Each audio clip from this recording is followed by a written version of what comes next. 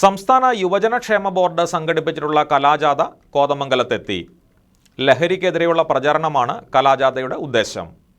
സംസ്ഥാന യുവജനക്ഷേമ ബോർഡ് ഉയർപ്പ് എന്ന പേരിലാണ് ലഹരിക്കെതിരെയുള്ള കലാജാഥ നടത്തുന്നത്. എറണാകുളം സെന്റ് തെരേസസ് കോളേജിലെ NSS വോളണ്ടിയർമാരാണ് ജാഥാംഗങ്ങൾ. കോതമംഗലം ബസ് സ്റ്റാൻഡിൽ വിവിധ കലാപരിപാടികൾ അവതരിപ്പിച്ചു.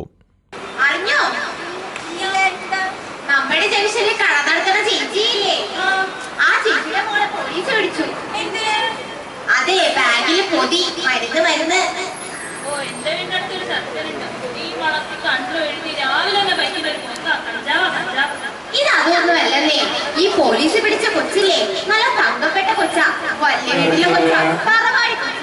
ഇനിയിപ്പോ പറഞ്ഞിട്ട് എന്താ കാര്യം, എല്ലാം കയ്യിൽ പോയില്ലേ.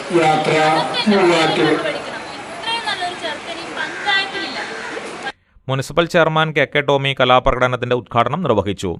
ജില്ലാ പഞ്ചായത്ത് അംഗം റഷീദ സലീം, ശ്രീജിത്ത് രമേശ്, വിജയ് K ബേബി, എൽദോ ബേബി തുടങ്ങിയവർ പ്രസംഗിച്ചു.